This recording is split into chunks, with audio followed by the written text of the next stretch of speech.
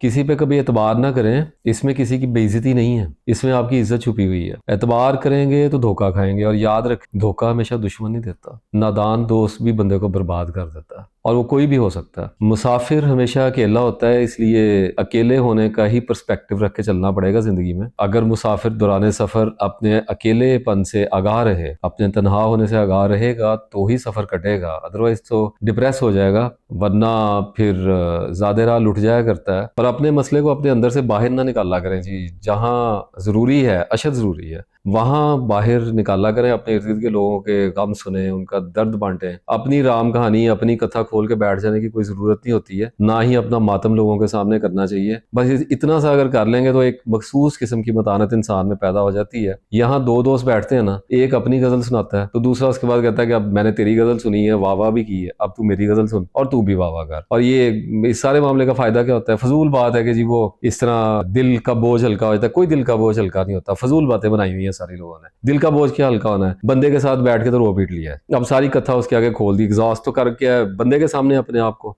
तो अल्लाह के सामने क्या बात करेगा? नमाज में जाएगा तो क्या रोना आना है उसको, सारा इमोशन तो वहां पे लगा दिया हुआ है। तो अल्लाह के साथ अपना दुख दर्द बयान करना होता है। और फिर लोग कहते हैं जी इबादत में यकसुई नहीं है, मुराकबे ना कर लें, तो यही कह सकता हूँ कि अकल ही सलब हुई है और तो कुछ नहीं हुई है। अपनी जहनी तवानाई को, अपनी मेंटल एनर्जी को, जो बंदा भी बचा गया वो बंदा महात्मा हो जाता है। महात्मा हो जाने का मतलब गौतमा बुद्धा हो जाना नहीं है, एक किस्म का महात्मा हो जाता है, उसकी जिंदगी के लिए कुशाइश पैदा हो जाती है, अपने जोगा बंदा हो जाता है। मैं कहता हूँ कि इसी को महात्मा होना ही कहते हैं, इतना महात्मा होना ही काफी होता है। बाकी बस ये काम छोड़ दें, ज्यादा सोचने वाला, कम सोचा करें। जब इन एक्शन होते हैं तो अपने खलजानों के बारे में, अपने पास्ट के बारे में कम सोचा करें। जब सोचने की जरूरत हो तो खूब सोचा करें, और जब सोच रहे होते हैं तो सुना करें कि क्या सोचा जा रहा है। अपने आप को सोचते हुए सुना करें, यानी कि अपनी सोच को सुने। Listen to your thought, listen to your mind and you will know everything.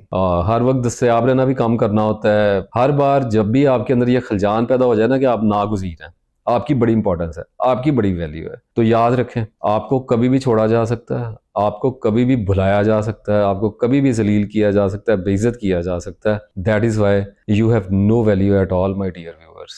अपने आप को अहम ना समझो, अपने आप को नॉर्मलाइज करो। और ये भी तो हो सकता है ना कि perhaps you are a slave to your own idea of yourself. ऐसा भी तो हो सकता है, इस पे भी तो गौर करना होता है कि नहीं, किसने करना है। ये जो मैंने कहा है ना कि हर वक्त दस्तयाब रहना काम करो, असल में जब आप लोगों को अवेलेबल हो जाते हैं ना, जब आप अपीयर हो जाते हैं लोगों की जिंदगी में। देखें, अपीयर होना और चीज है, अवेलेबल हो जाना और चीज है। अपीयर तो होना पड़ता है, लेकिन अवेलेबल होना ये जरा कम करें, इसको कम ही रखना चाहिए। क्योंकि जब आप अवेलेबल होते हैं लोगों को तो लोग बहस करते हैं, आर्ग्यूमेंट लेके आते हैं, खलजान आपके ऊपर निकालते हैं, और सिर्फ इसलिए they try to consume you कि आप उनको अवेलेबल हो गए। तो इसलिए अपने आप को इतना सस्ता ना करो, अवेलेबल जरूर करो, लेकिन एवं ही ना अवेलेबल कर दिया करो कि खाम खा अवेलेबल होकर बैठे हुए हर वक्त। जब अवेलेबल नहीं करोगे, जब तो उसका मतलब ये है कि तन्हा रहना होगा। जब तन्हा रहना होगा तो अपने आप से मिलना पड़ेगा, तो अपने आप से मिल लो इसी बहाने से। अल्लाह के बंदो, अपने आप के साथ रहने की आदत डाल लो।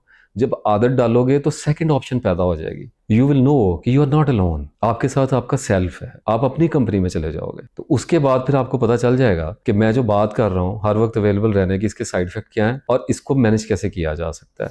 इस पर थोड़ा सा गौर करने की जरूरत है। अब वैसे भी जब आप जरा अनअवेलेबल ज्यादा रहते हैं तो आपकी तमन्ना पाली जाती है। और पता क्यों पाली जाती है? ताकि आपको तस्खीर किया जाए, आपको डिस्कवर किया जाए। और पता क्यों किया जाए? ताकि आपको खास से आम किया जा सके, आपको लेवल किया जा सके। तो अगर खास रहना चाहते हो, खास रहने से मुराद वो कोई स्पेशल ऐसे ही कोई एलिमेंट नहीं है, बस ये है कि इज्जत से अगर रहना चाहते हो तो कम से कम दस्तयाब रहना, वरना घसीटे जाओगे और मारे जाओगे। और एक और भी बात अर्ज कर दूं कि अपने आप को बदनसीब समझना, जो लोग समझते हैं ना कि वो बदनसीब है, वो ये भयानक काम बंद कर दें और खुद को बेवकूफ़ समझना भी बंद करें, लेकिन अपने आप को अक्लमंद समझना भी बंद कर दें। दरमियान में एक नॉर्मल आदमी है, किसी में कोई कमी नहीं होती है। जो कमियां होती हैं उनको दूर करने की कोशिश करते रहना होता है। और ये जो बदनसीबी होती है ना जी, इसके बारे में मैं अर्ज कर दूं कि ये खुश नसीबी की मिस इंटरप्रिटेशन होती है। आज की बदनसीबी कल की खुश नसीबी हो सकती है और होगी। तो जो लोग आज उछल कूद रहे हैं अपनी किसी तंगी पे अल्लाह के साथ गिले कर रहे हैं, अगर अल्लाह ने कल को उनकी तंगियां दूर कर दी तो क्या मुंह दिखाएंगे अल्लाह को? तो फिर भूल जाते हैं। और कुरान पाक में फरमाया बड़ा भूलने वाला है, फिर भूल जाते हैं अपने एटीट्यूड को, अपने बिहेवियर को अल्लाह ताला के साथ।